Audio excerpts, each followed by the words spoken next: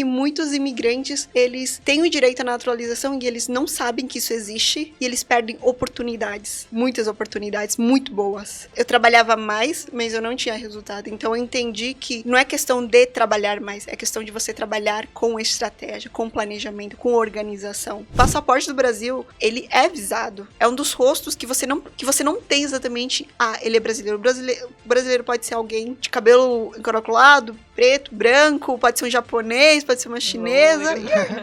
Então, ele é muito visado. A naturalização brasileira mudou a minha perspectiva de vida, me ensinou muita coisa. Eu aprendi a equilibrar trabalho, era uma coisa que eu não fazia. Eu trabalhava muito antes. É lindo, é uma experiência maravilhosa poder você trabalhar online, você aprender um novo idioma, você aprender novas culturas, você ter experiências, você conversar com diferentes pessoas. É uma coisa assim que não tem preço.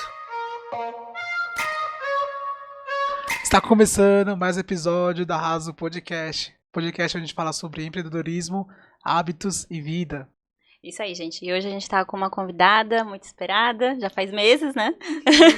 Mas, bom, aqui na Arraso Podcast estamos com a Gladys Alcons, formada pela Universidade Federal de Santa Catarina, especialista em Direito Internacional Migratório pela PUC e fundadora da Alcons Advocacia Imigratória. E aí, depois de iniciar sua carreira como criminalista, ela encontrou seu propósito ao ajudar imigrantes a conquistar a nacionalidade brasileira e a regularização documental e integração segura aqui no país do Brasil. Seja muito bem-vinda. Obrigada pelo convite. Bom, espero que esse bate-papo seja muito produtivo. E muito obrigado também, né, por estar aqui presente, por tirar um tempo, né, para poder estar com a gente. Bom, Thaís, você quer começar? Sim.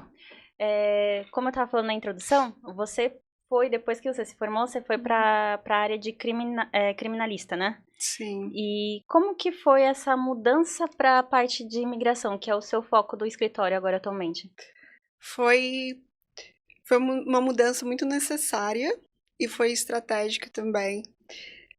Eu iniciei na minha advocacia na área criminal porque eu estagiava em escritório criminal, então no meu último ano da faculdade eu estagiava num escritório, queria ser especialista no criminal, e eu queria atuar nessa área, porque eu sentia que era uma área onde as pessoas se sentiam muito vulneráveis, e principalmente os imigrantes.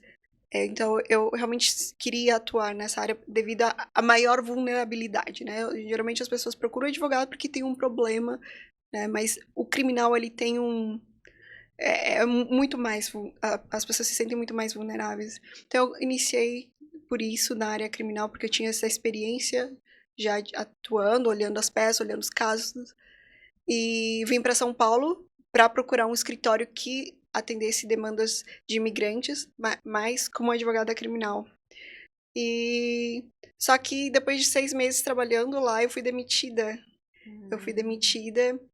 E as demandas criminais, eles demandam muito mais concentração, muito mais tempo. E querendo ou não, eu percebi que eu me manter no criminal seria muito mais difícil, sendo sozinha, sem ter um escritório. Então, eu realmente não sabia, até que, né, eu precisava saber como apresentar o meu serviço. Eu estava totalmente perdida e sempre senti no meu coração que se eu não estou conseguindo fazer alguma coisa, é porque eu tenho que estudar. Então, eu comecei a procurar por alguém que pudesse me ensinar a poder vender o meu serviço, algo que a gente não aprende na faculdade. Então, eu encontrei um advogado, o nome dele é Euro, e ele dá mentorias, e ele me ajudou a reconhecer que algo que eu já tinha feito lá atrás, eu poderia vender esse serviço para as pessoas e rapidamente escalar. Então, é algo que eu não tinha visto, algo que eu já tinha feito, né? Eu tinha propriedade para falar, não só como advogada, mas como alguém que usufruiu desse serviço. E ele me fez enxergar isso, e foi difícil, porque eu senti que eu havia fracassado no criminal. Eu não consegui, foi esse sentimento, e é uma das coisas que eu sempre tive medo, fracassar. Sempre tive medo. Então eu sentia que eu tinha fracassado, mas eu precisava pagar meu aluguel, eu precisava pagar meu cartão de crédito, eu desde muito nova eu comecei a me sustentar por conta própria, então não tinha para onde correr. Então eu comecei a seguir as instruções, estudando, né, o método, e deu muito certo e me descobri. Eu pensei que não era, eu pensei que eu queria fazer uma grande transformação, queria ajudar as pessoas, porque eu falava, nossa, o crime é muito sensível, eu tenho que estar lá. Mas eu vi, uau, tantos problemas que existem, que eu não tinha o conhecimento, porque muitos imigrantes, eles têm o direito à naturalização e eles não sabem que isso existe, e eles perdem oportunidades. Muitas oportunidades muito boas. E eu descobri, é uma coisa que eu não sabia, à medida que eu fui conversando com as pessoas, eu descobri e eu vi, tá? Nossa, Deus, ele sabe muito mais do que eu, e ele me levou, é como se ele tivesse me tirado de lá e me colocado nessa área, porque era o lugar onde eu tinha que estar. Bom, é assim que começou, então foi realmente, sair de lá por necessidade e por algo estratégico também, porque eu precisava fazer um caixa rápido e foi muito bom. Caraca, que interessante. Isso. Que ano foi isso, assim, só pra curiosidade, assim? Foi recente, foi recente, eu fui demitida em julho de 2024, e nesse mês acho que eu fui demitida 16 de junho. 16, ao final do mês, eu comecei e falei, eu vou encontrar alguém para me ajudar a saber como vender o meu serviço, porque eu falei, eu não vou, eu estudei 5 anos, eu passei de primeira na OAB, eu tenho capacidade de entregar um serviço para as pessoas, que às vezes você sente que não, né, porque você não tá empregado, você foi demitida. Mas também tem a questão da experiência, né? Tem a questão da experiência também, eu tinha pegado a OAB nesse mesmo ano, em março, na verdade, eu tinha 3 meses da OAB. Eu já tinha passado na OAB antes de terminar a faculdade, mas eu só fiz a minha inscrição quando eu vim para São Paulo. Então eu tinha 3 meses de OAB. Caraca. Foi um grande desafio naquele período, mas eu sou muito grata por tudo que eu passei, né, porque me ajudou muito. Então, aí depois que você entrou na mentoria, foi quando você começou a fazer as divulgações no TikTok, começou a focar nas lives. Porque eu entendi, uma coisa que eu entendi, que eu sempre fui muito esforçada. Isso é uma coisa assim que tudo que eu sei que eu preciso fazer, eu vou me esforçar. Mas muitas vezes eu me esforço, só que da maneira errada. Então, eu trabalhava muito quando eu era no criminal. Hoje eu não trabalho como eu trabalhava no criminal. Eu sou muito mais tranquila. Eu tenho muito mais tempo de qualidade comigo mesma. E tenho muito mais dinheiro do que quando eu era na parte criminal. Então, eu trabalhava mais, mas eu não tinha resultado. Então, eu entendi que não é questão de trabalhar mais, é questão de você trabalhar com estratégia, com planejamento, com organização. Então, isso fez diferença. Eu entendi que não é só esforço, mas saber trabalhar com estratégia. Então, os meus vídeos foram diferentes. Então, atinge muito mais pessoas. Sim, assim, uma coisa que eu acho bem bacana, você falou, né, que não faz muito tempo. Mas, assim, passa muito, muito rápido, né? A gente já tá no final de 2025, né? 2025, já 1 ano e meio. E já faz 1 ano e meio. Mas às vezes não parece, né? Quando a gente fala pra pensar, não parece que passou todo esse tempo.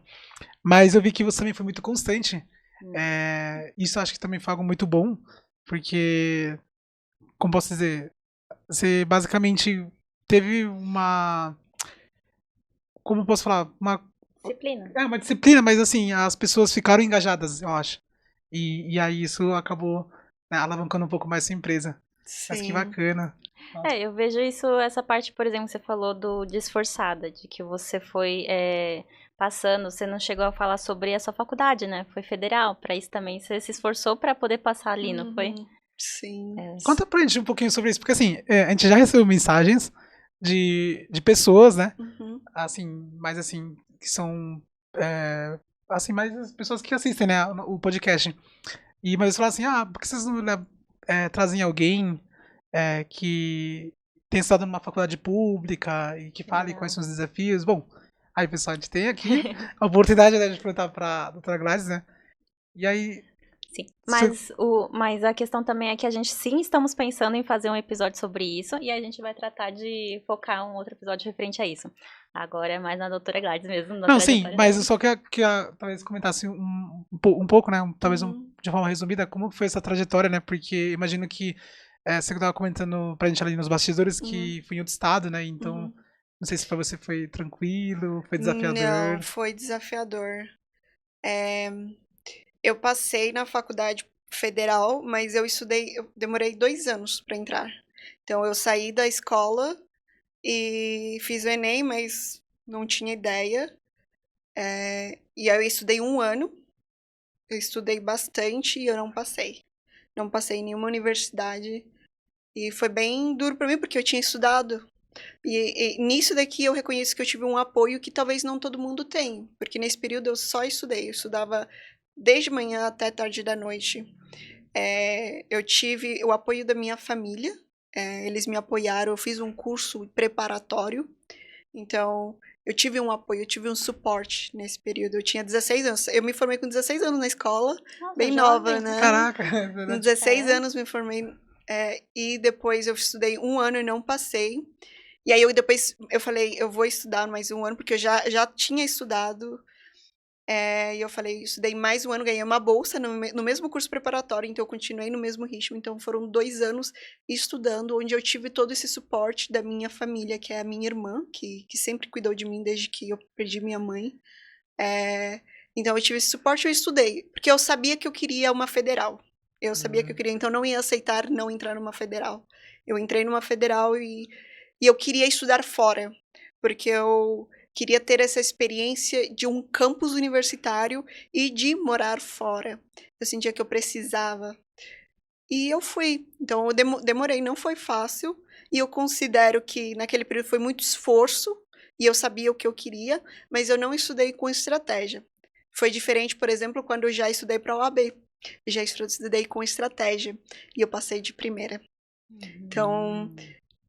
Então, coisas assim que eu fui vendo ao longo da minha vida, que você precisa ter estratégia, saber dominar como que você vai chegar ao resultado, olhando para a experiência de outras pessoas, e não é só ir lá se matando. Então, de todo modo, fez parte da minha trajetória. Então, é possível entrar numa federal, tá? Eu já conheci muita gente que que trabalhava e se preparou, conseguiu. Mães também, é possível, não é algo de outro mundo, mas você precisa saber estudar. Isso é verdade. E aí você ficou, depois que você se formou, você ficou mais um tempo lá? Eu me formei em agosto de 2023 e eu fiquei lá até o final do ano, porque eu continuei trabalhando. Eu não sabia se eu ficava em Florianópolis, que era onde eu estudava, ou se eu voltava para São Paulo, porque Florianópolis é maravilhoso. Então, eu queria continuar morando lá. Eu gostava muito da cidade, mas eu sentia que eu precisava voltar para São Paulo porque eu tinha uma missão como advogada para imigrantes. E o escritório onde eu não trabalhava com imigrantes, eu senti. Então, era uma dúvida que eu tinha. E eu fiquei com esse período pensando também. Eu tinha que esperar pegar meu diploma e tudo mais para. Foi um tempo, eu não fiz a inscrição lá em Santa Catarina, porque eu falei, vou esperar até o final do ano. E no final do ano eu decidi voltar para São Paulo, para poder procurar um escritório aqui em São Paulo. Caralho. Uma das coisas que você posta nos seus stories, que eu fico te acompanhando, é a sua rotina. Por exemplo, essa parte do exercício físico. E mesmo você estando em outros lugares. Pelo que eu imagino, eu acho que uma vez você chegou a comentar isso. Mesmo no momento da faculdade, você também sempre tinha lá o exercício físico. Sim. Abriu seu próprio escritório, também o exercício físico. É uma rotina, assim, que eu admiro, porque tem que ter muita determinação. Assim, muita disciplina, na verdade, né? Sim, e como que tá sendo mais ou menos a sua rotina? Nossa, eu amo. Se as pessoas pudessem me dizer, se eu pudesse dar um conselho para as pessoas, é ter uma rotina de manhã, principalmente de manhã. Para mim, minha manhã faz total diferença no meu dia. Então, eu sei que eu tenho muita demanda. Vocês são também empresários, são empreendedores. Vocês precisam pensar não só numa coisa, em muitas coisas. né? Muitas pessoas estão confiando. Então não é só uma energia física, uma energia, eu acho que a energia mental, ela exige muito mais do que a energia física. Nossa, sempre conversa sobre isso. Então, e eu sentia que eu tinha isso, então fazer exercícios físicos era algo que, assim, que me fortalecia para o meu dia. Então, ter a rotina também de ler as escrituras é algo que me dá um poder, assim, que para mim é diferente. Então, é como se fosse, é necessário para mim. Se eu não fizer, e há dias que eu não faço, dependendo, muitas vezes, morando fora, eu fiquei até tarde da noite, né? E aí, às vezes, eu tinha que acordar de manhã, já não tinha esse tempo, então eu não gosto quando eu não consigo seguir, mas eu sempre procurei seguir, e eu atribuo parte dessa constância, de tudo que foi ocorrendo nesses últimos 1 ano, posso dizer, devo a essa rotina, que eu não considero tão difícil, porque eu acredito que é algo que me traz muito mais prazer a respeito da vida. É tão bom, sabe? Parece tudo mais leve. Já começa já com aquela energia boa no dia, né? Pra trabalhar. Nossa, bacana. Sim. Uma pergunta assim, agora, referente a seu primeiro cliente. Quando você começou a jornada de começar a empreender, você falou que foi mais... Pelo que eu entendi, você saiu do escritório porque você foi demitida. E aí depois você começou a estudar e tudo mais. Como foi a sensação de ter seu primeiro cliente? Já, assim, você sendo já autônoma no começo? Nossa. Já foi no imigração? Foi. No início, eu fazia outras demandas, não é que só fazia naturalização. Eu pegava outras demandas no criminal ainda. Tinha alguns inquéritos que eu ia fazer, tinha um acompanhamento na delegacia, então eu ia porque as pessoas me ligavam. Então, para mim era bom, porque era sempre o pagamento quando você vai para a delegacia, sempre é à vista. Então, para mim era bom, então eu aceitava. Também não é alto um valor como, por exemplo, se eu tinha que enfrentar um processo criminal, né? Então, eu fazia, tinha outras demandas, eu fazia. Esse foi o início, mas com o tempo, eu lembro do meu primeiro cliente na naturalização.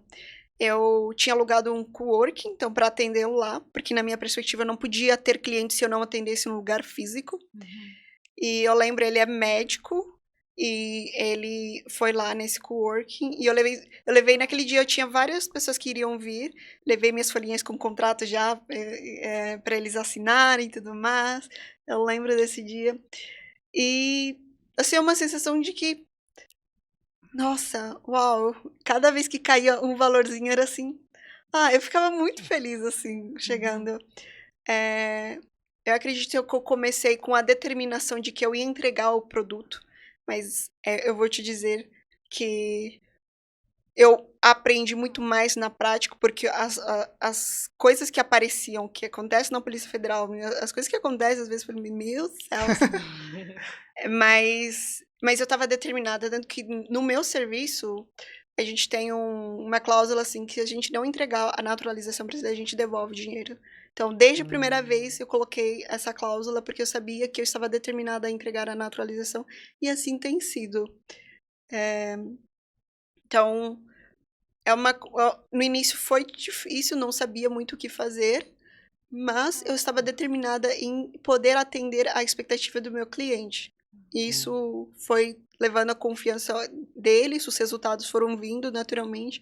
E com o tempo eu já não mais quis aceitar diferentes demandas, porque eu acredito que quanto você mais repete, né, aquilo.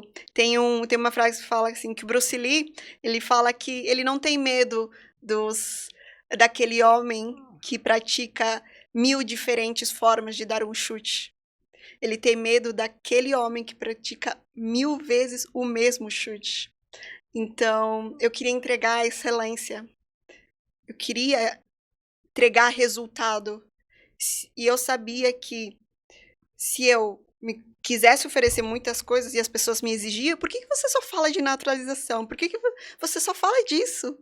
Elas não entendiam que o meu propósito era, sim, falar isso, porque é isso que eu quero fazer, só isso, porque quero atender a expectativa de todos os meus clientes. E eu quero todos os dias estudar isso, quero resolver os problemas todo dia. E eu vou me tornar naturalmente a melhor nisso. E assim foi. E isso me trouxe uma autoridade muito rápido. Então, se as pessoas não vêm mais para mim trazendo coisas diferentes, elas já vêm da naturalização. Então, eu já sou vista muito mais rápido como alguém que vai resolver problemas de naturalização para elas. Então, foi muito melhor. E isso eu tive que aprender estudando gestão de escritórios, que é a mentoria que eu faço. Não é uma coisa que me ensinaram na faculdade. Assim, acho que, na verdade, você ser empresário não te ensina, né? E uma coisa bacana, assim, que eu vejo que é um ponto em comum que a maioria dos empresários tem, que você até acabou de falar agora, é a determinação de chegar dentro do resultado e também a coragem, porque você comentou, né, que no seu primeiro cliente, às vezes, talvez você foi aperfeiçoando né, durante esse processo, e acho que foi com todo mundo, né? Comigo, por exemplo, foi assim também. Eu lembro que, até contando aqui pro pessoal, o meu primeiro cliente, eu lembro que a pessoa perguntou assim pra mim, era uma médica também, coincidência aí, né, uma médica.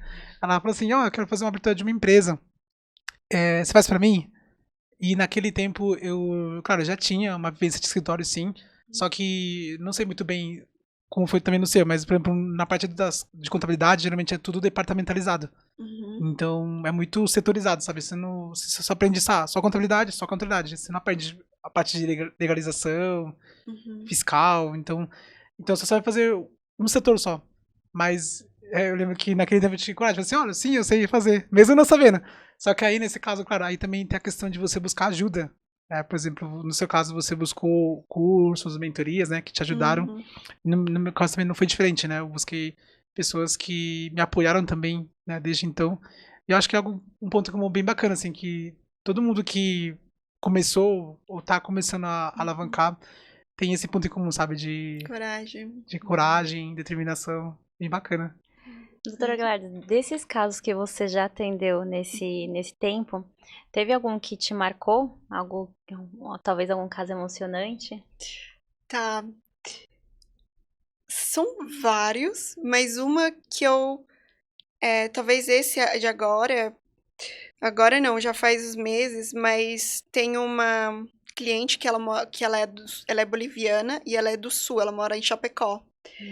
E eu lembro que ela não quis me contratar porque falaram pra ela que a naturalização podia sair em 3 meses. E eu falei pra ela que não, que era uma média de 1 ano. E ela não me contratou. Mas depois ela retornou. Né? Uma das coisas que eu falo, eu preciso ser clara com o cliente pra gente alinhar expectativas. Depois ela voltou. E ela pagou praticamente a vista, ela dividiu em 3 vezes, então...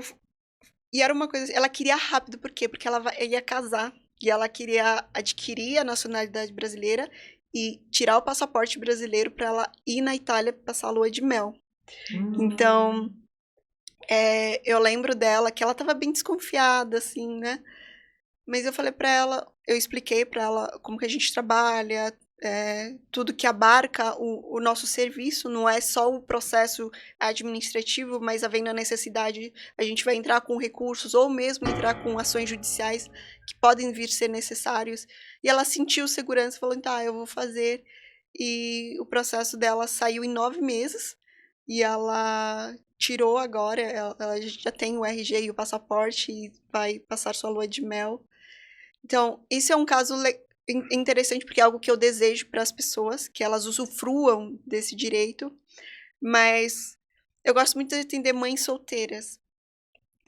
Elas estão criando sozinhas seus filhos e elas ficam preocupadas com o futuro dessas crianças. Eles querem que eles sejam grandes profissionais, sonham grande para eles. E eu gosto muito quando ela fala, eu quero que meu filho não tenha nenhuma diferença. Eu quero que ele use o seu RG, eu não quero que ele use o RNM. Eu quero que ele, se ele quiser, ele possa prestar um serviço militar aqui, não seja obrigado a ir para a Bolívia. Então, eu amo atender essas mulheres porque, olha, elas estão criando sozinhos filhos, mas estão levando... Sabe, são muito guerreiras. Eu acho que talvez porque Minha irmã sempre foi muito guerreira, então eu amo ouvi-las. Você sabe como que é essa vivência, né? Sim, então eu amo atender essas mulheres. E, aliás, elas são as que, assim, eu não sei explicar, eu tenho um carinho muito especial por essas mulheres. Eu amo fazer naturalizações de jovenzinhos, de crianças, porque muitos deles estão desde pequenos no Brasil. Então, por mais que eles são, para eles, na cabeça deles, se sentem mais brasileiros do que bolivianos, porque eles viram as primeiras ruas que eles viram por aqui, eles brincaram nas ruas aqui, eles falaram português. Então, para mim, nacionalidade, essa não tem muito a ver com onde você nasce, mas o que te acolhe, o que é conhecido, o que faz parte da tua história. Entende? E aí, quando você fala para essa criança que cresceu desde os primeiros anos, e aí chega um momento onde falam assim: você tem um RNM, você tem título de eleitor? Você tem? Essa bolsa de estudos é só para estudantes brasileiros. Você não pode participar desse intercâmbio porque você precisa de um passaporte brasileiro e você é estrangeiro. Então, tem isso. Só que nem eu sabia. E quando eu começo a imaginar que essas pessoas podem fazer, talvez agora elas não vejam, mas lá no futuro elas vão, nossa, ainda bem que eu tirei minha nacionalidade, ainda bem que minha mãe pediu pra mim quando eu era nova. Sabe? Então, eu amo, porque essas mulheres me falam isso. Sim. Nossa, bem assim, acho que bem inspiradora nessa parte, né? Porque sim, também achei. Essa parte assim de mães que criam sozinhos os filhos é bem, eu vejo assim que desafiador, né? É bem desafiador. E também para os jovens, eu acho que hoje em dia é bem complicado essa parte da identidade. Tem muitas pessoas que têm crise de identidade, sabe, quando são jovens. E eu acho que isso também é um ponto que essa parte da documentação também acho que sim, deve afetar, né, quando a pessoa menos, às vezes a pessoa não sabe que precisa, mas quando precisa, aí ela acaba afetando em algo que ela poderia ter feito. E é diferente. É diferente. Eu te falo porque eu carreguei um RNM por muito tempo. Sim. E quando você pega o teu RG e você apresenta, você se sente diferente. Parece que não, né? Mas é só você precisa viver isso para sentir a confiança que vem a mais. Eu vou te dar um exemplo até. Eu tenho um rosto muito novo. Eu lembro que quando eu iniciei, principalmente lá nos fóruns que eu ia, na Barra Funda Criminal, as pessoas o tempo todo, tipo, o que essa mocinha está fazendo? A cara delas.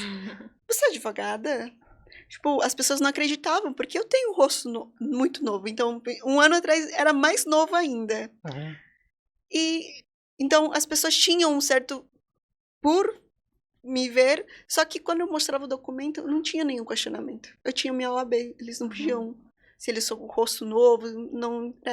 Agora, com RG, muitas vezes, quando a pessoa vai tramitar determinada documentação, às vezes a pessoa, ela recebendo um RNM já é. Porque o brasileiro muitas vezes não tem cara. Não tem, tipo, o brasileiro é uma mistura. Como que é identificado? Pela identidade. Sim, verdade. Mas isso que você falou de se sentir pertencente, não se sentir pertencente, mas ter alguns privilégios. Eu vou lembrar aqui de uma experiência que eu tive, que me fez lembrar agora, não sei, por conta do que a gente tá falando. Uma viagem que a gente tava voltando da Bolívia com os meus pais aqui pro Brasil. E tem a gente tava voltando de ônibus. Então, tem que passar a pé ali na fronteira, tem que fazer a fila pra tirar o selo, visto. Lá na parte da Federal. E aí, a fila é enorme pra fila dos estrangeiros. E a maioria era boliviana. E aí, meus pais estão lá fazendo a fila. E aí, quando nada, eu escutei tem alguém que tem RG? Aí eu só vi lá os turistas brasileiros passando, e aí eu falei, eu tenho RG, vou lá. Aí eu fui lá e ele já passou. Falei, não, mas meus pais estão lá na fila. E ele falou, aí eu não sei como, mas ele falou, não, chama aí seus pais que a gente passa também, porque por você ser brasileiro, RG. E aí a gente passou. E aí eu falei, meu Deus, enquanto todo mundo aqui ainda tá fazendo fila. Mas aí são essas pequenas coisinhas, né? Isso impacta, viajar impacta na vida das pessoas, querendo ou não. Uhum. Tem uma fila de brasileiros e tem a fila dos estrangeiros. Só que eu não estou...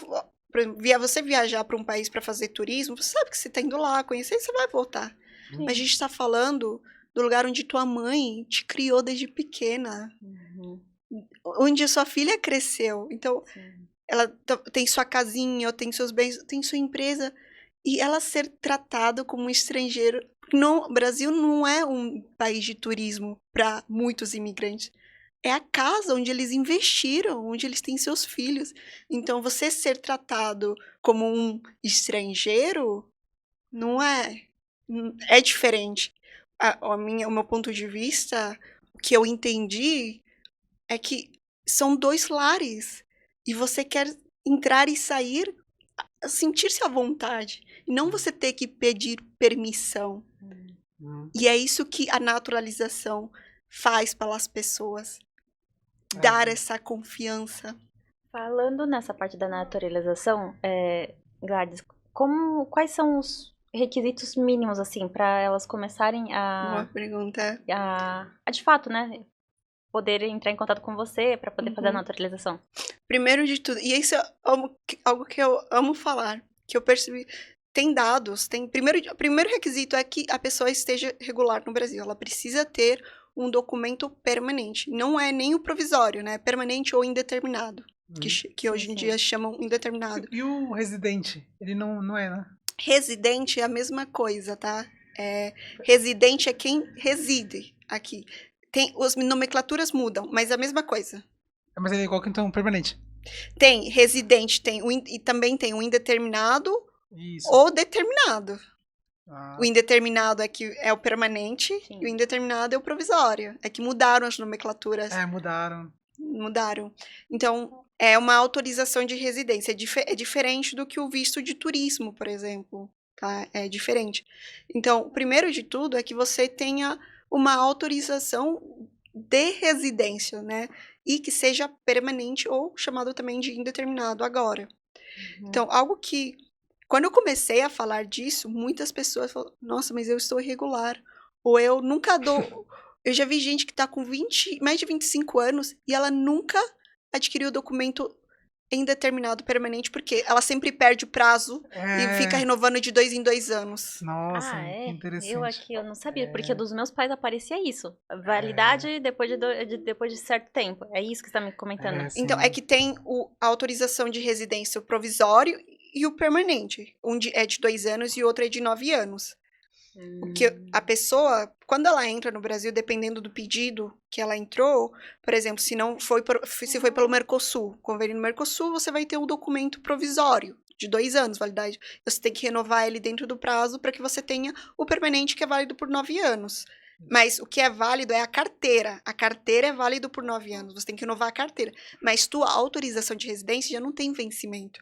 Por isso é chamado indeterminado ou permanente. Sim. Entendeu? Nossa, agora que... Assim, desculpa te cortar, doutora. É o seguinte, eu lembro que, inclusive, isso até impacta na questão também de você ter uma empresa, ter um negócio. Recentemente eu estava atendendo um cliente que era da Venezuela. E aí, assim, teve muita imigração, né, de venezuelanos, né, aqui também pelo Brasil. E aí ele mostrou o documento dele e tava assim, tava como temporária. Então, eu já sei, né, também temporária que é quando tenho, acho que 2 anos, né, ou até alguns meses. E aí eu falei assim, seu documento tá como temporário. Porque assim, quando você abre um CNPJ, por exemplo, para quem é estrangeiro, também tem essa questão. Se for temporário, você não consegue abrir, tipo, uma empresa maior. Você tem que... no meio? Você não pode abrir uma limitada, por exemplo, que é um porte jurídico melhor, assim, né, comparado com o empresário individual. E aí eu falei pra ele assim, olha, você não...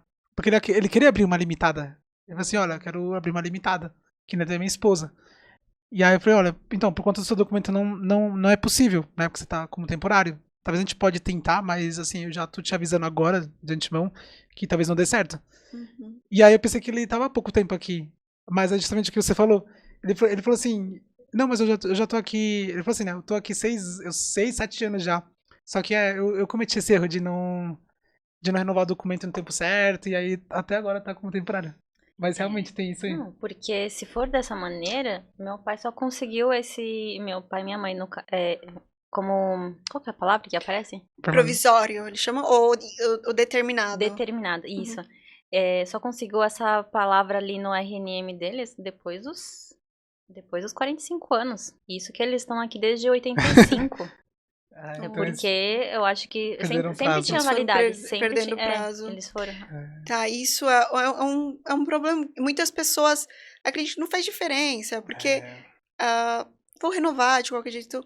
Mas quando eu comecei a falar da nacionalidade brasileira, porque precisa ter permanência, porque conta. Se você tá 20 anos o tempo todo só renovando de 2 anos, porque você perde o prazo, não conta. Você tá esses 20 anos não conta. Porque você nunca teve o indeterminado. Sim. Então, eu falo, não é o tempo de que você está dentro do Brasil, mas é o tempo que você está com um documento de indeterminado. Isso as pessoas começaram a ter mais consciência, tipo, quero me regularizar, quero ter o documento permanente. Isso incentivou as pessoas a saírem, da irregularidade. E eu falei, e quando eu fui pesquisar um pouco dos dados, se não me engano, faz um tempinho que eu vi, tem em torno de mais ou menos 600 mil, uma expectativa consulado de 600 mil imigrantes, isso bolivianos, tá? 600 mil, e desses 600 mil, somente, não lembro exatamente, mas, sei lá, 200 ou 100 e tantos estão regulares. A quantidade de gente que está irregular no Brasil.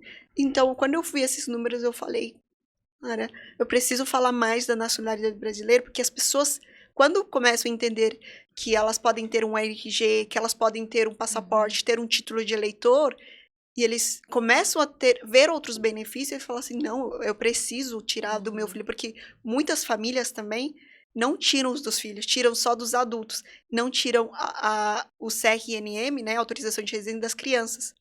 Porque as crianças não fazem negócio, não vão assinar contrato, não vão no banco. Então, em geral, a escola permite, né? Porque uma criança não pode deixar de estudar porque ela não tem o documento, ou a identidade do país já seria suficiente. Então, os pais acabam que não fazem. Eu descobri muitos jovens que só adquiriram o documento quando fizeram 18 anos, mas estão aqui desde 1 ano. Nossa. E tem um tempo depois que eles já estão permanente. Qual que é o tempo que eles têm para solicitar a naturalização? Aí depende das circunstâncias. O menor tempo é possível 1 ano. Mas essa pessoa ela precisa ter um filho nascido no Brasil ou ser casado com uma brasileira ou com um brasileiro. Então, esse é o tempo. Agora, se você não tem filhos ou não é casado com um brasileiro, você precisa no mínimo 4 anos. Mas essas ambas possibilidades, você precisa comprovar a proficiência em português. E esse é um desafio de muitos imigrantes, porque eles já vieram adultos, geralmente essas pessoas que têm menos tempo, vieram adultos, vieram a trabalhar, não vieram estudar. Então, elas não fizeram a escola, não têm um curso superior, então acaba que essas pessoas não têm como comprovar a proficiência em português, mesmo que elas falem em português. E aí, hoje em dia, eu tenho uma parceira que oferece esse curso, é tudo certinho, tudo legal, tá? O tanto de empresa que vende o certificado dizendo proficiência, mas é ilegal, existe um monte. Existe um monte. Aí eu encontrei uma que realmente está tudo certo. Então, os clientes que não têm como comprovar a proficiência, essas pessoas elas vão fazer um curso que é totalmente online, são 4 semanas, é 1 mês. Depois elas têm que prestar uma prova presencial. Aprovando nessa prova, elas vão ter o certificado e aí a gente consegue iniciar o processo de naturalização. Então, não basta ter só o filho ou ser casado, como às vezes eu vejo vídeos que falam, se você tiver filho brasileiro, casado, você já pode. Vai ter que passar por Tem essa que prova. ter a proficiência em português, senão não pode. E como você já pegou algum caso que a pessoa... Porque assim, já tem pessoas que às vezes elas não chegaram a terminar a escola, né? Tem bastante pessoas. E aí às vezes as pessoas têm dificuldade, né, na parte da escrita. Você já chegou a pegar um caso assim? Deu pra resolver? Assim? Sim. Eu não peguei um caso que a pessoa não tenha conseguido se desenvolver, que teve dificuldade, por exemplo, que reprovou na primeira prova e aí teve que fazer uma segunda prova, né? Desse curso que você chegou a comentar. Tá. Então, aliás, eu acho esse curso que é muito bom, não porque os que eu vejo, muitas vezes tem essa opção, você ir lá fazer a prova e quando chega o certificado, conta lá, horas aulas. A pessoa nem teve horas aulas, mas conta que teve. Então, não é correto, mas usam muito isso. Eu acho bom, até quero que os meus clientes, eles possam passar esse curso até para eles mesmos, até para ajudar eles. Ter mais Então, confiança também, né? exato. Não, e é importante, porque assim, uma coisa que é até interessante falar, por exemplo, que é bem comum. Tem muitas pessoas que vão tirar a carta de motorista e tem que fazer a prova do Detran. Aquela provinha, né, que é digital, né, que é online. E o CFC, mas tem a provinha, né, que você faz o presencial lá também. Eu já vi muitas pessoas, inúmeras pessoas que reprovam porque não é nem por conta que a pessoa não sabia os sinais, é por conta do idioma mesmo. Então acho que é muito importante também. Então eu acho muito bom. Na verdade, eu gosto que eles façam o curso. Se uma pessoa tem dificuldade, ela vai estudar, tem esse 1 mês para estudar. E se torna. Eu gosto muito, assim. Hoje em dia eu falo assim: eu encontrei o meu espaço, porque eu amo trabalhar. Eu sinto que eu já me aposentei, porque é tão gostoso você desafia uma pessoa que inicia a naturalização, ele não tem a proficiência em português, e ele tem que conseguir. Olha só, a pessoa vai ter que estudar, se dedicar, tirar 2 horas do seu dia, vai ter que fazer uma prova. E que bonito é quando a pessoa aprovou, ela fala, uau, eu aprovei. A naturalização brasileira, eu percebi, não se trata só de documentos, mas de uma mudança de mentalidade. Sim. Uma pessoa que realmente sonha alto, quer crescer, quer viver coisas grandes, não quer simplesmente viver naquilo que todo mundo vive. Isso é uma coisa que eu não enxergava. E hoje em dia eu enxergo. Eu vim vivendo isso. Eu não planejava viajar, né? Eu voltei agora. Não planejava. Mas é uma coisa que me veio à mente. E eu estava preparada. E simplesmente vivi coisas que antes sequer eu me imaginava. E eu sei que essas pessoas que estão fazendo a naturalização brasileira, não precisa ser comigo, mas façam. Entendam a importância dela. Sim. Eu tenho certeza que elas vão dizer que bom que eu fiz, do ponto de vista financeiro, tá? E do ponto de vista realmente de oportunidades que elas podem ter. Verdade, nossa. Assim, você falou também das viagens, tá? Também acho que ia ficar um pouco nesse ponto, né? Mas antes de chegar nesse ponto, eu fico com uma curiosidade. Por exemplo, quando é uma pessoa que é criança, vamos supor que é a mãe e ela quer tirar o documento do RG pro filho. Sei lá, de repente tem 10 anos, ele já, sei lá, mora 5 anos. Tem também algum requisito mínimo pra criança? Sim, pra criança é um pouco diferente. As crianças, os menores de idade, né, não só as crianças, mas os adolescentes também, aqueles que ainda são menores de idade, tem uma regra, praticamente considero única, que eles tenham adquirido o documento permanente antes de cumprir os 10 anos. Então vamos supor que a criança tem 1 ano quando adquiriu o documento permanente. Pode. Não importa se ela faz 1 dia que ela tem o documento permanente ou meses. Ela já tem o documento permanente e é antes dos 10 anos. Não tem esse tempo como tem já para os adultos. Não tem a questão da proficiência em português, porque também é criança, não tem. Então é muito mais fácil, muito mais rápido. Os menores de idade, eles têm preferência, tá? Já fiz uma naturalização em 4 meses. Aqui em São Paulo. São Paulo é um dos mais demorados para criança sair. Não, ela era adolescente, ela tinha 16 anos, 17 anos, mas ela adquiriu o documento permanente antes de cumprir os 10 anos. Isso já ajudou ela? Já, e saiu a naturalização dela em 4 meses, foi muito rapidinho. E como que funciona esse procedimento? Você faz um acompanhamento mensal com eles? Você vai atualizando os clientes? Sim, é quinzenal. Quinzenal. Então, o período em que a gente mais está perto do cliente é o início, porque o início é crucial para a gente organizar a documentação. Então, eles enviam as fotos, a gente analisa se está certa a foto, senão às vezes a gente pede para tirar de novo. Então, a gente organiza a documentação, a gente se coloca na posição da Polícia Federal e do Ministério de Justiça, como se fossem esses observadores. Por exemplo, no meu escritório, eu tenho alguém que faz o atendimento, que recebe toda essa documentação, então alguém que tem contato com o cliente, conversa com ele, sabe, conhece mais de perto, mas tem uma outra pessoa que não tem contato com o cliente. Ela precisa conhecer o cliente através só da documentação. E processos são isso. A Polícia Federal não sabe que você está há 10, 15 anos, mas os seus documentos e o que você coloca lá precisam demonstrar isso. Então, porque essa pessoa não sabe, você precisa demonstrar que essa pessoa tem o direito. E isso é um outro ponto que eu tento explicar para as pessoas, porque é um processo administrativo e as pessoas acreditam que não precisa de advogado. De fato, você pode entrar no GOV, porque esse processo é dentro do GOV, você pode mandar a documentação e lá vai aparecer enviado com sucesso. Agora, sair aprovado, Aí já tu sai. aí é outros 300. Porque a gente, além de juntar documentação, a gente faz petições. O que são petições? Onde você descreve quem é essa pessoa e você apoia as circunstâncias de vida dessa pessoa com o que está na legislação.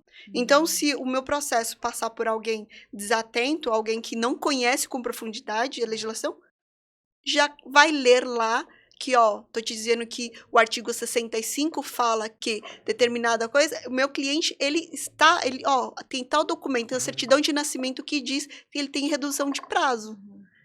E eu conto isso na peça, aponto a legislação e trago o documento. E esse é um diferencial grande, porque aí já vai com toda a parte da descrição. Aí traz segurança. É que assim, inclusive você falou um ponto bem importante, de que assim, tem muitas coisas que dá pra fazer sozinho. Só que às vezes, se você não sabe fazer, é bom você procurar alguém que saiba, né? Um especialista que consiga te ajudar nessa parte, porque às vezes você pode cometer um erro, que às vezes pode acabar prejudicando ainda mais, né? Ou demorando um pouco mais, né? Essa parte de tirar o documento, de finalizar o processo em si. Então acho que esse é um ponto bem importante, né? Que as pessoas podem sim fazer, mas se não tem noção nem nada, procura um profissional que possa te ajudar de fato, né, a realizar esse processo com mais técnica e que possa entregar o resultado que você precisa. Sim. E, doutora Gladys, depois que já foi aprovado, você dá a notícia de que ele já é brasileiro? Seria a palavra? Já é brasileiro. Como são os procedimentos? Então, quando a gente faz esse monitoramento e quando vê que foi aprovado, eles agendam uma reunião para eu contar isso para o cliente. Então, a gente fala que a gente tem 3 reuniões. A gente só quer ter essas 3 reuniões, que é quando ele conhece o serviço do escritório, quando ele é preparado para se apresentar na Polícia Federal e quando a gente dá o resultado de aprovação. Então, a terceira reunião é o mais esperado para eles. Por enquanto, não tem a terceira reunião, porque quer dizer que a gente ainda está trabalhando por esse cliente. Então, eu faço essa reunião, a gente conta, mostra, não fala só que foi aprovado, a gente mostra o documento que, de fato, reconhece ele como cidadão onde foi concedida a naturalização. E a gente começa a tirar algumas dúvidas, por exemplo, uma dúvida que sempre veio, preciso atualizar toda a minha documentação? Não, porque se você assinou um contrato, vamos supor, comprou uma casa o ano passado, nesse momento você era um imigrante, é tua história. Só que agora, se você vai comprar uma outra casa, vai tirar tua CNH mês que vem, você já não é mais um imigrante, você é um cidadão brasileiro. E você não pode usar o RNIM, até por isso que eu falo e precisam, tá? Tem que ser devolvido o RNIM para a Polícia Federal. Nesse ato se corta essa relação de controle imigratório. Então, ele não é mais um imigrante, ele é um nacional, ele é um cidadão brasileiro, até por isso que já não mais vai resolver questões de identificação, né, do pessoal, porque o passaporte não é identificação pessoal, as pessoas acham que é pessoal, mas o passaporte não é identificação pessoal, é identificação do Estado, do país. Então, a identificação pessoal é o RNM, o RG. Então, você já resolve com pouco tempo, assim como qualquer outro nacional. Então, se corta essa relação. Então, até algo que a gente faz a gente fala e nós fazemos o agendamento pouco tempo, porque a gente quer se certificar de que a pessoa vai tirar o RG. Porque já teve clientes que eles negaram tirar o RG. Eles exigiram mais documentos. Porque você só precisa do DUO e o CPF, tá? De acordo com as instruções, você só precisa disso. Mas alguns poupatempos exigem mais documentos. Era uma coisa que nem eu sabia. E exige exatamente porque são pessoas de 40 a 30 anos que estão tirando o RG por primeira vez. E eles acham isso talvez estranho. Exato. Talvez... Aí por isso que eles precisam mais. E eu sinto que muitos desses meus clientes podem se sentir perdidos, então a gente acompanha até a pessoa, porque se eu tô acompanhando, eu sei que imediatamente eu já vou tirar o RG deles. Então a gente tira o RG, depois ajuda eles a tirar o título de eleitor, que eles precisam tirar o título de eleitor até 1 ano depois, mas a gente já pede para tirarem na hora, se são adultos. E depois, se quiserem tirar o passaporte, a gente também vai orientar e vai fazer o agendamento, vai indicar todas as orientações até a pessoa estar com o RG e o passaporte, o título de eleitor, tudo certinho. Então, isso já é um trabalho à parte, que, por exemplo, eu não precisaria fazer isso, não precisaria colocar os meus colaboradores à disposição dos nossos clientes para isso, mas a gente faz. Isso faz toda a diferença. Ah, sim, com certeza. Porque às vezes tem muitas pessoas que recebem um documento, aí tá, tem 1 ano para fazer, depois faço. E passa o prazo, e aí perdeu também? Não. Mas eu não tive isso, eu vou dizer, porque eu nunca me deparei com essa situação. Eu já me deparei com crianças que têm 30, 20 anos e elas nasceram no Brasil, têm certidão de nascimento e nunca tiraram o RG. Nesse caso, eu vou ter que entrar com uma ação judicial para que possa se pedir o registro. Perdão. Esse caso, agora eu não tô lembrando se era para abrir um. Tá, não. A pessoa, ela nasceu no Brasil, mas não fez a certidão de nascimento, mas ela nasceu no Brasil. Aí precisa fazer o registro, tá? Ou também, eu acho que eu tive ambos casos. Tirou a certidão de nascimento, mas não tirou o RG, nunca teve um RG. E aí a pessoa, quando me vê falando do passaporte brasileiro, quer tirar o passaporte, mas não tem como tirar o passaporte se não tem RG. E aí a gente tem que entrar com uma ação de retificação de registros públicos para poder... Basicamente, não é nem corrigir. Você tem que comprovar para as autoridades que você não está... que tá tudo certo, que realmente aconteceu intercorrência, seus pais talvez não tinham conhecimento do que tinham que fazer, então precisa demonstrar que há boa fé nesse ato, entende? Não é uma terceira pessoa que está tentando adquirir uma identidade, né, brasileira, porque o passaporte do Brasil, ele é visado, é um dos rostos que você não tem exatamente, ele é brasileiro. O brasileiro pode ser alguém, né, de cabelo encaracolado, preto, branco, pode ser um japonês, pode ser uma chinesa. Então, ele é muito visado por isso. E também porque tem essa presença internacional. O Brasil, ele é muito... muito forte em outros países, né? É que ele é neutro. Ele não é conflituoso. Então, as outras nações, eles tendem a ter uma boa relação. E por isso há essa reciprocidade. A gente chama de reciprocidade. Então, o Brasil abre as portas para o mundo e o mundo abre as portas para o Brasil. Algo que não todos os países conseguem manejar bem. Olha esse tanto de conflito que existe, né, entre os países. O Brasil, ele historicamente tem se mantido neutro e isso faz diferença no passaporte. Olha só. Bastante... bastante informação. Porque eu acho que quando a gente... É que nós temos RG. Como a gente não teve essa vivência, eu acho que não é tanto... eu, por exemplo, agora, dos meus pais, falei, eles já estavam muito tempo aqui e eu... Se eu soubesse, pelo menos ia ajudar, só que eu não sabia. Uma coisa que eu achei bem interessante, você até comentou da adolescente, né, 16 anos, que ela recebeu, agora já tem identidade brasileira, né? Agora, tipo, ela vai poder votar, né, que é algo que é muito importante também aqui no Brasil, né? Sim. E eu vejo isso também, não só adolescente, mas também os outros maiores, porque nossos pais... viveram a vida deles aqui também, e eles trabalham em um lugar que tem o governo também, que então você tem a possibilidade de também eleger quem ele de fato vai estar aqui no país. E isso é você ser presente. Muita gente deixa de fazer, sabia, a naturalização, porque diz que é pisar a bandeira, é negar.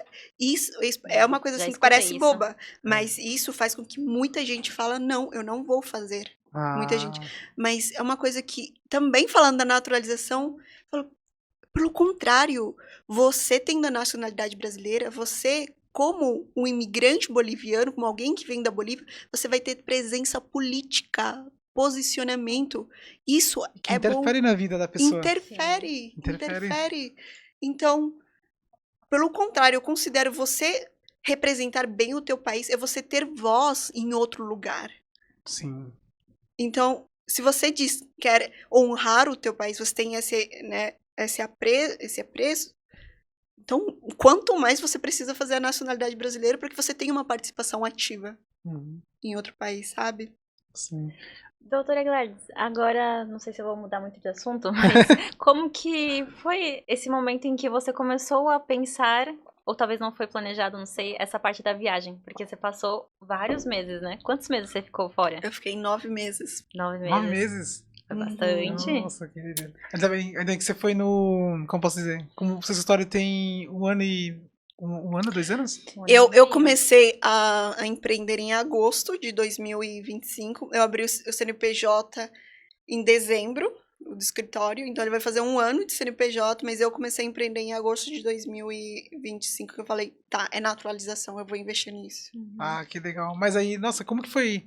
Porque assim, eu vejo que o bom também de você ter viajado é que como também tava no começo, né? Acho que, porque imagino que a sua intenção é crescer cada vez mais, certo? Com certeza. E aí, assim, pra você, como que foi essa parte, assim, das viagens? Você conseguiu lidar tranquilo com o trabalho? Foi uma experiência incrível. A decisão de ir para viajar é porque eu senti que eu deveria ir. Para mim, o espiritual, para mim é muito importante na minha vida. Então, conversar com Deus é algo que é fundamental todos os dias para que eu saiba o que Ele quer que eu faça. Eu considero isso muito inteligente para quem é empresário ainda, porque você tem que tomar muitas decisões.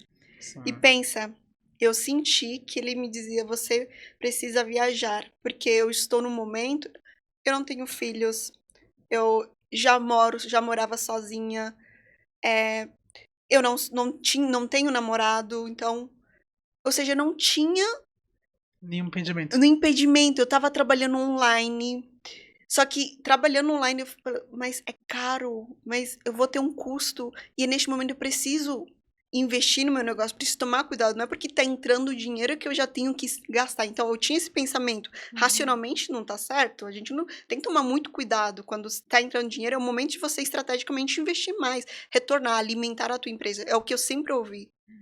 Mas eu senti o Senhor me dizendo, vai, esse é o momento que você precisa ir. E eu fui, eu decidi, como eu falei pra vocês, faz diferença. Justamente eu tinha tirado meu passaporte, eu só tirei meu passaporte e não tinha pensado.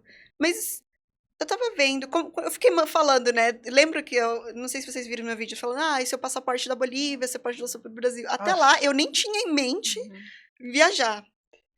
Mas eu olhei no meu passaporte o dia inteiro, desde as 9 até as 6, 7, lá na mesma casa, todos os dias lá, eu pensava, eu posso estar em outro lugar fazendo a mesma coisa e não vai fazer diferença. Mas aos finais de semana eu posso o quê? Aprender inglês. Era um desejo muito grande que eu tinha. Sempre deixei de lado porque eu sempre senti que eu precisava estudar muito porque a advocacia exige, eu preciso ter um domínio. Então, meio que eu deixei de lado e simplesmente senti que deveria ir. E assim, eu não tinha todo o dinheiro para ir para todo esse tempo, eu não tinha. Claro, eu tinha uma reserva que nas hipóteses eu dizia, olha, tá muito caro, tô gastando muito, é melhor voltar. E eu tinha um dinheiro para eu pegar um voo de volta e, sei lá, pagar o primeiro mês do aluguel, para eu voltar e retornar. Então, eu fiz isso e eu fui, mas eu senti no meu coração, vai, esse momento vai ser bom pro teu desenvolvimento, tua fé, principalmente a fé, coragem e fé, de saber que você não está sozinho. Então, se Deus te deu a visão, Ele vai te dar a provisão. E eu fiz isso e foi uma experiência incrível. O desafio que eu tinha era que às vezes me entristecia porque eu tinha que trabalhar o dia todo e eu queria sair para conversar com o pessoal, falar inglês, me chamavam para ir, às vezes eu tinha reuniões porque o fuso horário é diferente, né? Então, 9 horas da noite lá, às vezes eu estava em reunião ainda, mas os meus amigos tinham se juntado para conversar, para ir num lugar. Então, era um desafio. Então, eu também tinha que ter aquele domínio. Olha, tem pessoas dependendo de mim. Você precisa viver a vida, mas também precisa ser responsável. Então, eu tive que aprender durante esse período a equilibrar uma coisa que era muito difícil para mim. Porque, lembra que eu falei? Eu sempre precisei me esforçar muito. Eu sempre senti que eu sempre estava atrás. Então, eu sempre tinha que correr, tinha que fazer muito. E lá eu aprendi, não, Você só precisa fazer de uma maneira organizada, planejada, e você ter tempo de qualidade, porque esse tempo de qualidade, esse tempo você com seus amigos, você fazendo as coisas que vão te, né, de distração, eles vão te impulsionar nesse momento.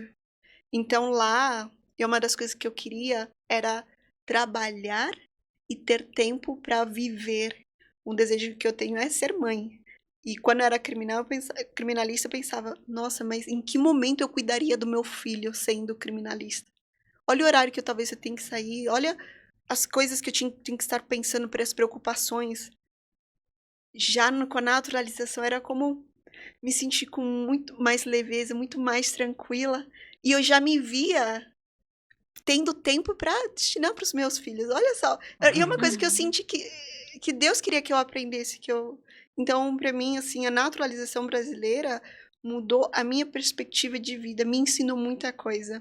Eu aprendi a equilibrar trabalho, era uma coisa que eu não fazia. Eu trabalhava muito antes. Só que quando você estava aqui em São Paulo, antes da viagem. Sim, eu trabalhava muito. Porque fazia tudo sozinha também, então...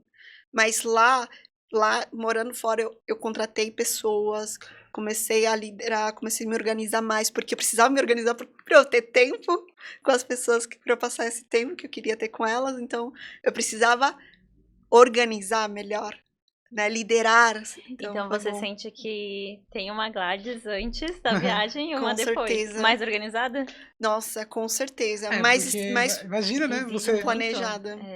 Acho que deve ter sido um desafio, né? Imagina você tocar a empresa de um outro lado, do outro lado do mundo, sabe? Mas era surreal, eu não acreditava. Eu fiz audiências. Tinha uns casos que eu falei pra vocês, mais antigos, então que eles demoram. E eu lembro que eu fiz uma audiência, eu tava nas Filipinas, então era 4 horas da manhã lá. Aqui era, se não me engano, era 3 horas, porque tem uma hora... Da tarde? 3 horas da tarde. Lá era 4 da madrugada. Tem 11 horas de diferença. E eu tava... Falava, caraca, que legal. É uma experiência que poucos têm, né? Sim, meu Deus. Eu amei. Eu falaria assim, e hoje... As oportunidades no online estão aumentando cada vez mais.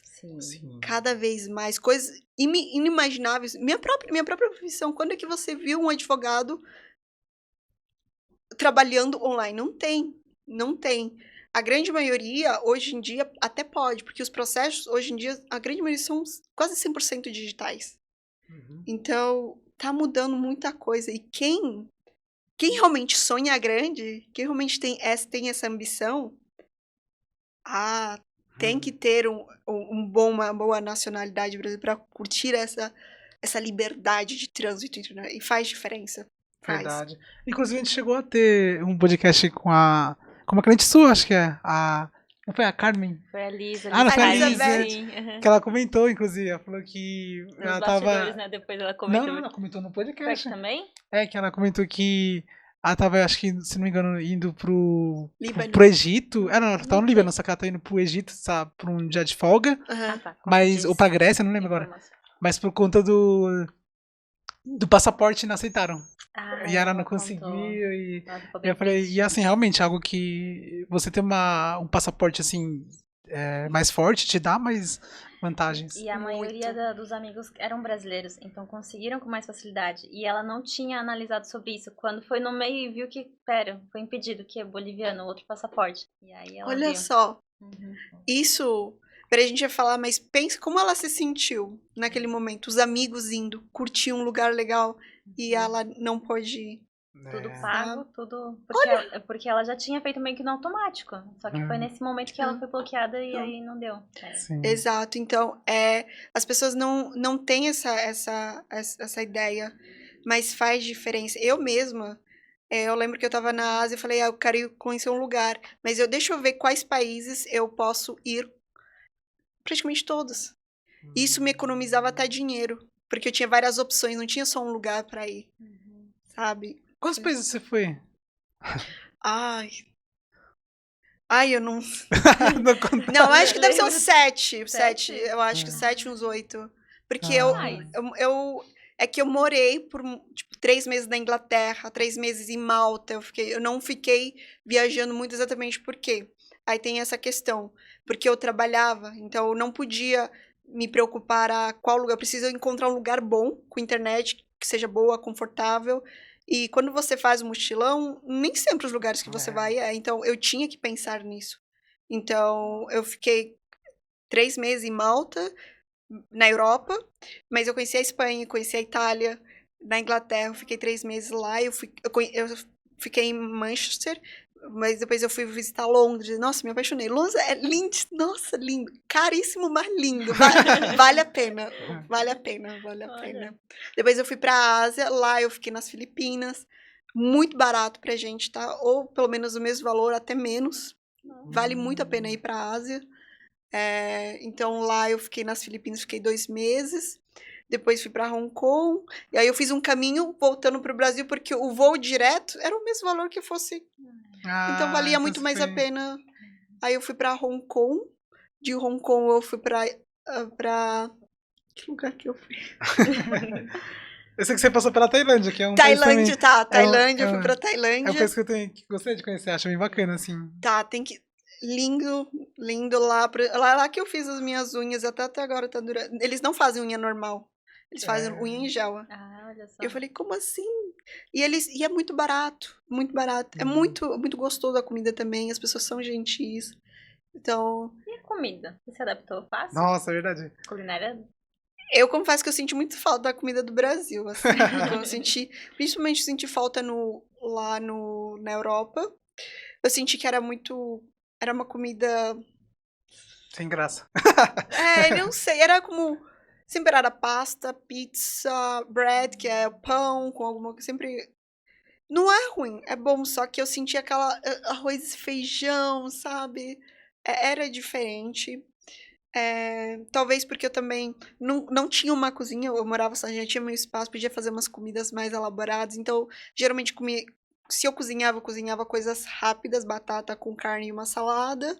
E quando eu comia pasta. Então, não era ruim, mas eu senti falta de meu cantinho, assim. Na Inglaterra é gostoso também.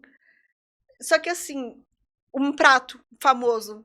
Fritas e peixe. Isso eu como na praia aqui no Brasil.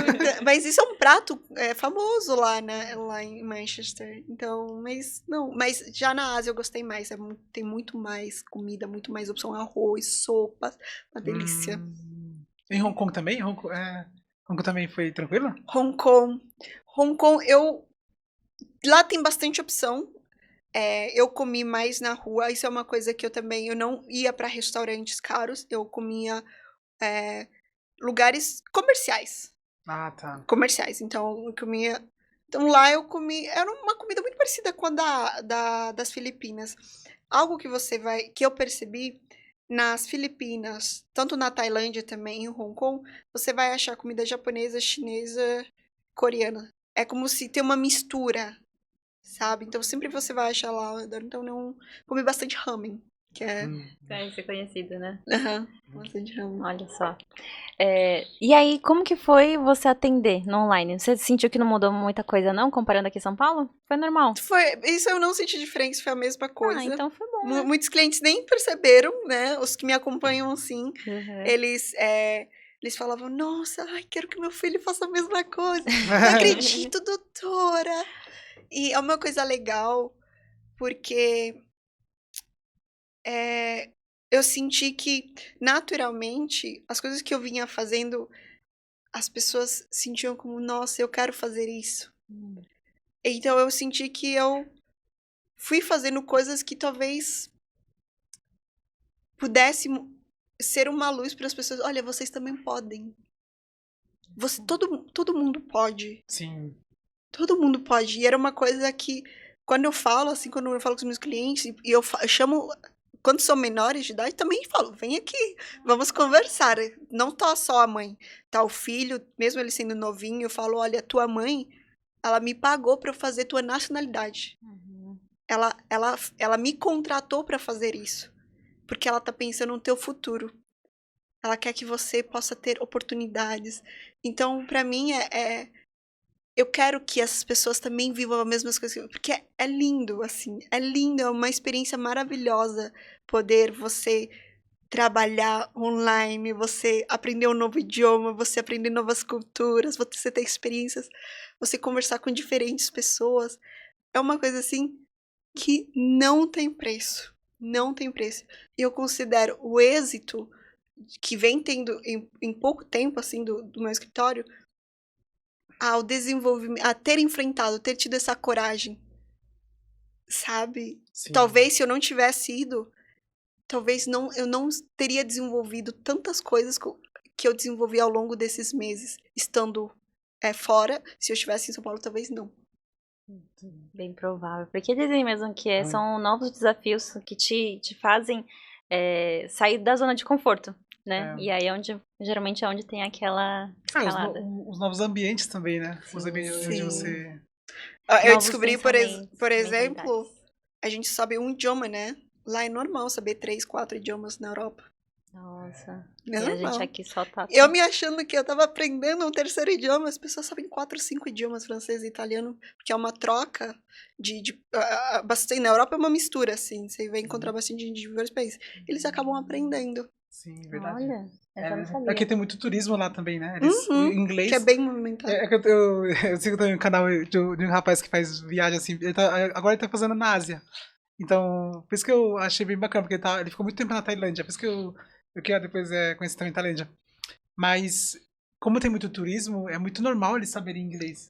O inglês é o básico, e aqui a gente não sabe. Vem um estrangeiro, vem falar em inglês. Tem aqueles vídeos, né, que às vezes do nada aparece aí, não sei, Google, não sei o que, vão traduzir aqui. Não, lá você vai, todo mundo sabe o inglês, isso é assim. Muito bom. Como que foi pra você? Você aprendeu inglês? Foi tranquilo? Eu falo assim, eu aprendi o necessário para viver, para eu pedir ajuda, então eu me desenvolvi. Mas algo que eu também, uma coisa que quando eu cheguei, eu falei, nossa, eu preciso aprender, eu quero 3 meses, que eu comecei a fazer um curso de inglês, né? Em 3 meses eu já quero passar, porque ela tava no A1, né, que é o mais básico, e eu quero estar já no B1, falando rápido, sabe? Eu tinha sempre, você tem que conseguir, sempre você tem. O inglês me ensinou que você tem que viver. Você tem que fazer um pouquinho cada dia. E sempre vai ter uma nova palavra para você aprender. Porque às vezes eu conversava e quando me deparava com outra circunstância, eu já não sabia como conversar. Então quando você tinha umas conversas mais profundas, você já não tem palavras. E você vê que você precisa... É um aprendizado contínuo. Então aí eu descobri que o inglês, assim como o espanhol e o português, a gente tem que continuar estudando para ir aperfeiçoando. Então, tirei daquilo da minha mente que eu tenho que ser fluente. Não, eu tenho que aproveitar, me comunicar. E quando eu senti que eu só conversava com as pessoas, fluía muito mais. Quando eu não tinha que pensar, simplesmente ia. E assim eu sinto que, após aqueles 3 meses, fluiu muito mais. Fluiu muito mais.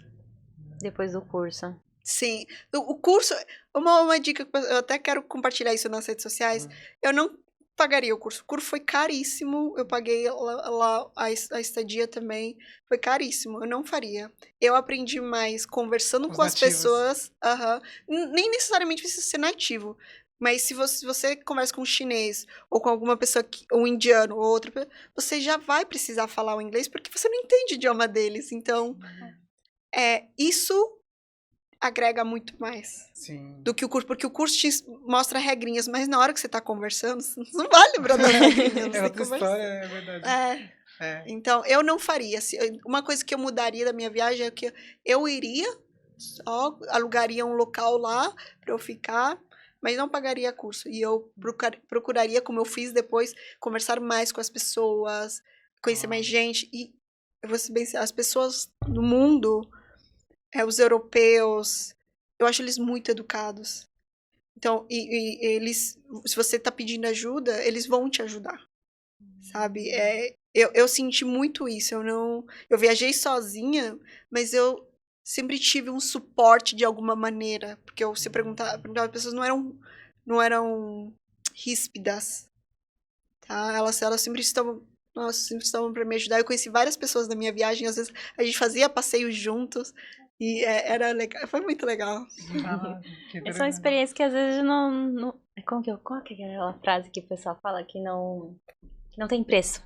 Né? Não tem. Não tem preço. Não tem. Então, gente, se vocês estão querendo também mais pra frente naturalizar, entrar em contato com a doutora Gladys, ela vai deixar agora também as redes sociais dela. Tá. Vocês podem me seguir no meu perfil pessoal, é Gladys Alcons, onde eu compartilho um pouco do meu dia a dia. Mas eu tenho um perfil que é institucional próprio do escritório online, que é o Alcons Advocacia Imigratória. E lá eu procuro tratar especificamente da naturalização, tirar dúvidas. Também você pode me seguir no TikTok, Gladys Alcons, para acompanhar os nossos vídeos. Eu faço lives toda terça e às quintas. Agora, antes foi um desafio manter, né, por causa dos fusos horários, mas agora eu retomei das 6h30 às 7 horas.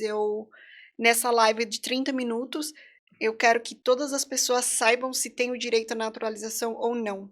Por quê? Porque muitas vezes o que acontece? As pessoas elas vão contratar uma pessoa, às vezes pode ser que ofereceram, parece barato, e a pessoa não faz todas aquelas perguntas, não vê se a pessoa tem o direito. E é muito fácil, como eu falei, pegar a documentação e dizer, olha, pegar documentação e mandar lá e o processo diz enviado com sucesso. Então é muito fácil eu dizer, olha, eu enviei a documentação, aparece lá, tiquinho, apresentado. Mas se tá correto, se tá completo, né? É outra coisa. Dá a impressão de que a pessoa sim fez o trabalho, mas não se sabe se está correto. Então, por essas lives, eu quero que as pessoas, elas saibam se possuem o direito, para que elas possam pedir no momento certo e não percam seu tempo e nem o seu dinheiro quando queiram fazer a naturalização. Bacana. Bom, a gente também vai falar um pouco dos patrocinadores? Sim, tá ok. Então, gente, Raso Podcast acontece graças ao escritório Raso Contabilidade e escritório Thaisa Luca Arquitetura. Então, caso você esteja comprando um imóvel e queira esse auxílio nas documentações, a gente dá esse suporte para você, a gente já até prevê quanto que você pode construir mais futuramente, né? Se você quer construir, reformar a casa, também pode entrar em contato com a gente, que a gente dá todo esse suporte e todo esse auxílio durante essa fase. Exatamente. E também a gente está sendo patrocinado pela Raso Contabilidade, uma escritório de contabilidade que é mais especializada na parte do e-commerce. Então, se você está começando a vender pelo e-commerce ou pretende vender também, a gente consegue te ajudar toda a parte burocrática, na parte fiscal, a gente consegue te ajudar para você poder alavancar suas vendas, tá? Então aí também a gente vai deixar nossos contatos aí. Sim. Bom, doutora Gladys, o bate-papo foi bom, a gente tratou de pegar um pouquinho de cada da sua trajetória desde lá do começo.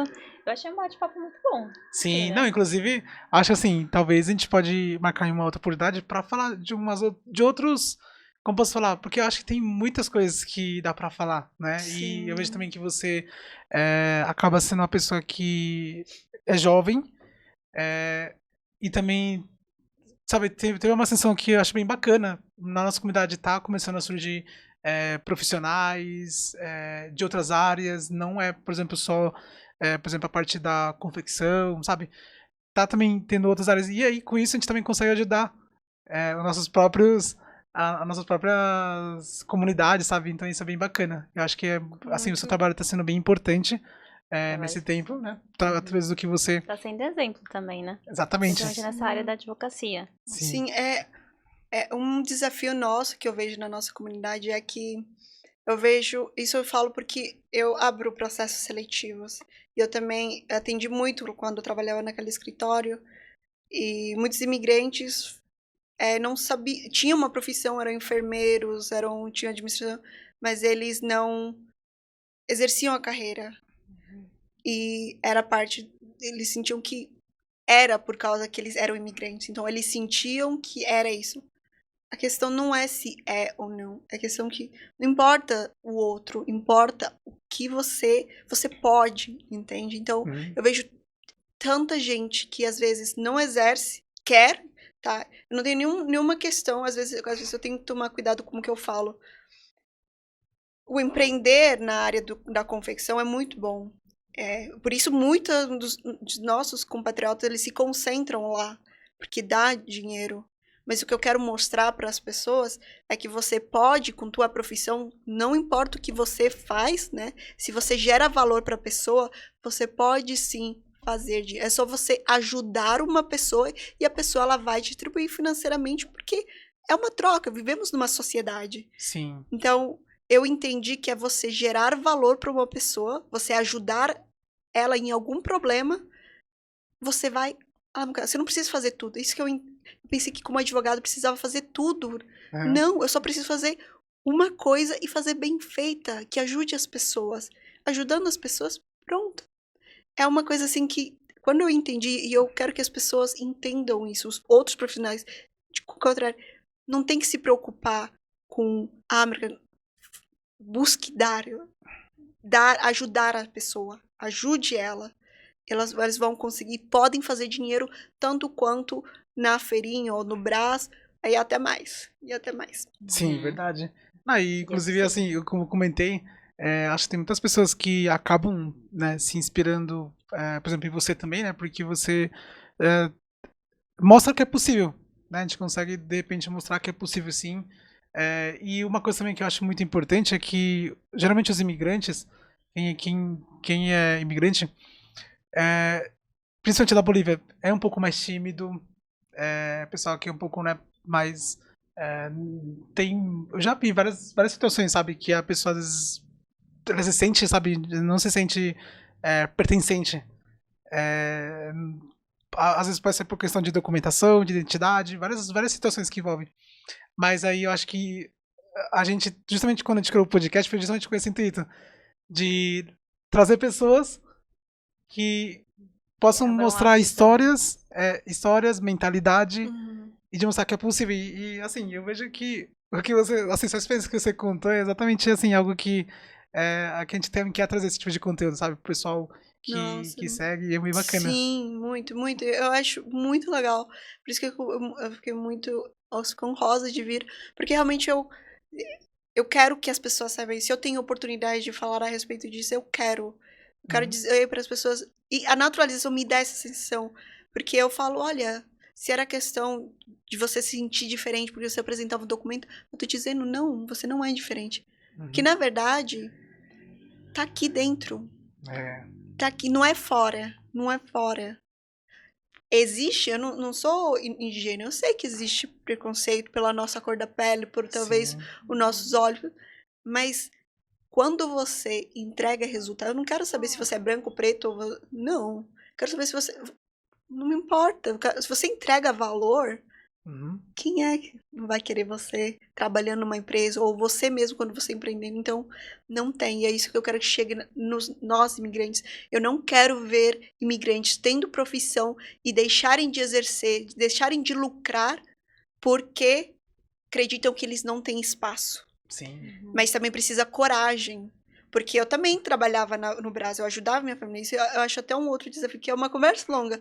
Porque os pais dão esse espaço. Trabalha comigo, a gente vai te pagar bem. Então, eles estão ganhando dinheiro. E aí, o que eles fazem? Eu tô ganhando dinheiro aqui, tenho pra mim isso. Aí, o que eles fazem? Não, minha profissão, porque eu vou pra um estágio, vou ganhar R$800. Mas o estágio não é pra você fazer dinheiro, é pra você ganhar experiência. Sim. São processos, né? Você tem que passar por processos. Tem muita gente que não quer esse processo. Pula. Tem que ser paciente. Tem muita coisa, né, pra conversar. Coisa. Assim. Mas, pessoal, muito obrigado por assistir esse podcast. Se você gostou até agora desse papo com a doutora Gladys, não esquece de curtir e compartilhar esse vídeo.